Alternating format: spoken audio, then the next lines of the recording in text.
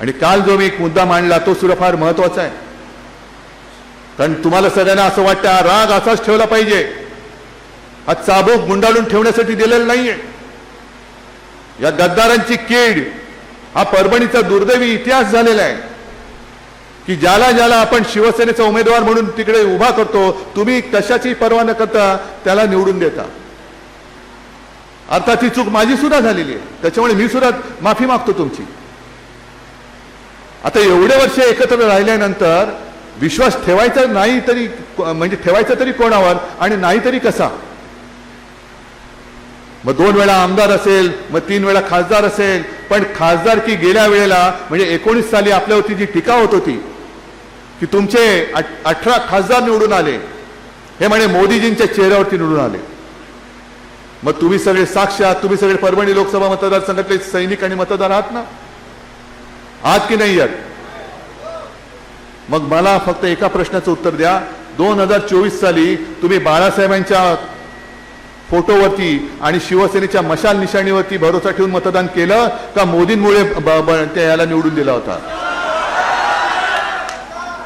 मग त्याच्या विरोधात म्हणजे पूर्ण देशामध्ये मोदींची लाट होती, राम मंदिर बांधलं होतं, तरी देखील महाराष्ट्राच्या मतदारांनी मोदींच्या विरोधात मतदान केलेले हे सगळे खासदार आज परत त्यांच्या पायाशी लीन झाले. हा महाराष्ट्राचा अपमान नाहीये, हा महाराष्ट्र धर्म मारण्याचा प्रकार करतायत. म्हणून काल मी जे बोललो की हा वरवरचा प्रकार समजू नका, याच्या मागे खूप मोठं राजकारण आहे. आणखीन एक तुम्हाला पत्रकाराने प्रश्न विचारला की हा खासदार जाण्यामागे तुमच्या पक्षातलं काही गटबाजीचं राजकारण होतं का? म्हटलं गटबाजी आमच्याकडे नाही, गटबाजी आता भाजपात चालले.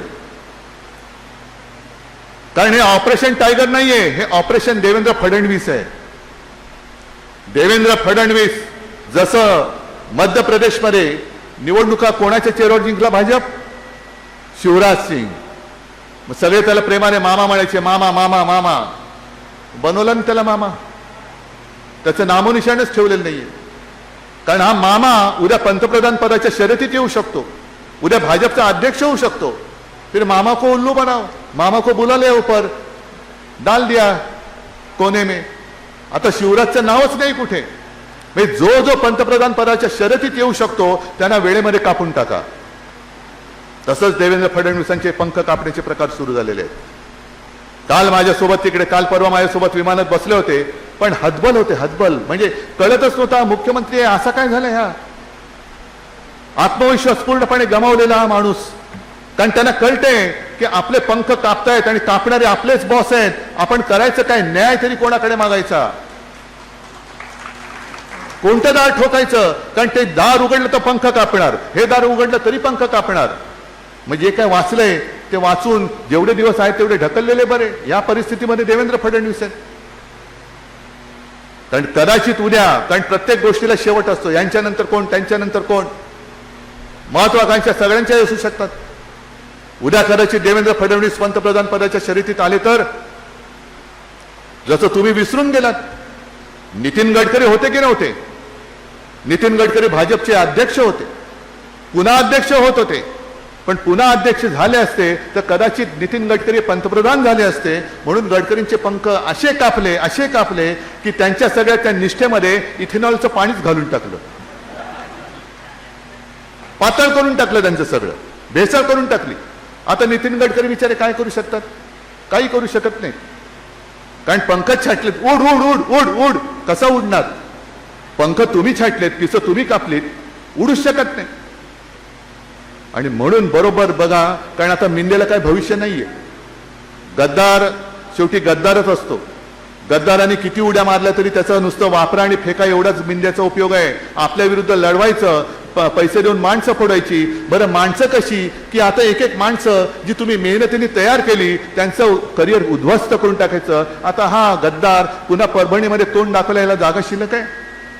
म्हणजे एक माणूस संपला, बाजूचा संपला, त्याच्या बाजूचा संपला, सगळी आपली माणसं संपवून टाकायची, कोणी प्रतिस्पर्धी ठेवायचा नाही. तसाच उद्या या मिंदेचा कार्यक्रम होणार आहे. जोपर्यंत त्याचा उपयोग आहे तोपर्यंत मिंदेला डोक्यावरती घेऊन फिरतील आणि उपयोग झाला तर विसर्जन करून मोकळे. कारण हे जर असं नसतं तर हे 6 गद्दार सरळ भाजपात घेतले असते यांनी, घेतले असते ना, पण भाजपात नाही घेतले. इथे घेतले ते मिंदेकडे घेतले, तृणमूलचे घेतले ते त्यांच्या भलत्याच कुठल्या तरी पक्षात घेतले. का? कारण जर भाजपात घेतले तर भाजपाचा त्यांना पक्षादेश जारी लागू होईल आणि मग मतदान घेतलं तर पंतप्रधान पदी कोण पाहिजे, तर त्यांना झक्कत हे भाजपचा जो नाव असेल जे असेल त्यांना मतदान करावं लागेल. पण सगळे मोकळे असतील आणि मित्र पक्ष म्हणून असतील तर मग ते त्यांची मतं वेगळी ही मांडू शकतात. म्हणून हा डावपेच चाललाय. अंतर्गत गटबाजी ही भाजपामध्ये आहे, शिवसेनेमध्ये नाहीये. आणि आता तर साफ झाले, आता कुठे दुसरा गट नव्हताच, एकटाच होता, तो गेला. आणि तुम्ही सगळे कट्टर शिवसैनिक हे माझ्यासोबत राहिलेले आहात. जगात जर्मनी असेल आहे, पण देशात परभणी काय आहे, काय असतं हे दाखवण्याची संधी पुन्हा तुम्हाला मिळालेली आहे. जो गद्दार होईल तो आम्ही गाडून टाकतो, जो गद्दार होईल तो आम्ही गाडून टाकतो. हा परभणीचा इतिहास हा परत नव्याने लिहिण्याची संधी तुम्हाला मिळालेली आहे. आणि आजपर्यंत आपला एक इथला आमदार यायचा, एक खासदार यायचा, बाकी एखादा दुसरा आला तर आला. कारण नेहमी मला असं सांगितलं जायचं की साहेब तो खासदार म्हणे खाली सेटलमेंट करतो की खाली तू वरती मी, त्याच्यामुळे खाली एक आपला परभणीचा हक्काचा सोडला तर बाकी सगळीकडे कोणी येतच नाही.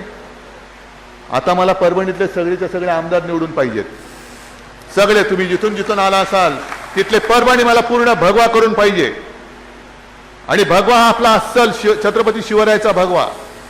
या भगव्यावरती आपली निशाणी सुद्धा टाकू नका. निशाणीचे झेंडे हे वेगळे लावा, मशालीचे झेंडे वेगळे लावा, पण आपला भगवा जो आहे त्या भगव्यावरती एकही चित्र टाकू नका, एकही चित्र टाकू नका.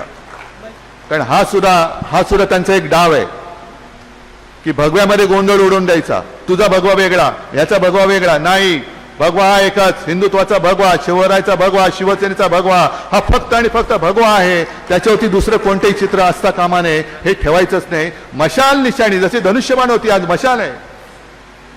आणि भगवा स्वतःच एक मशालीसारखा आहे. जर लांबून पाहिला उन्हामध्ये फडकणारा भगवा तो ती तळपणाऱ्या मशालीसारखा दिसतो. तो मशाल, तो भगवा, तेवढी ओळखच खाली आपली पुरेशी आहे. आणि या मशाली आता फक्त झेंड्यापुरत्या किंवा निशाणीपुरत्या असता कामा नयेत. या गद्दारी विरुद्ध पेटलेल्या मशाली मला तुमच्या हृदयामध्ये धगधगत्या दिसल्या पाहिजेत. आणि या निष्ठेच्या मशालीनी ही गद्दारी जाळून खाक करण्याची ताकद ही तुमच्यामध्ये आहे आणि ती तुम्ही बजावल्याशिवाय राहणार नाही, हा विश्वास बाळगतो.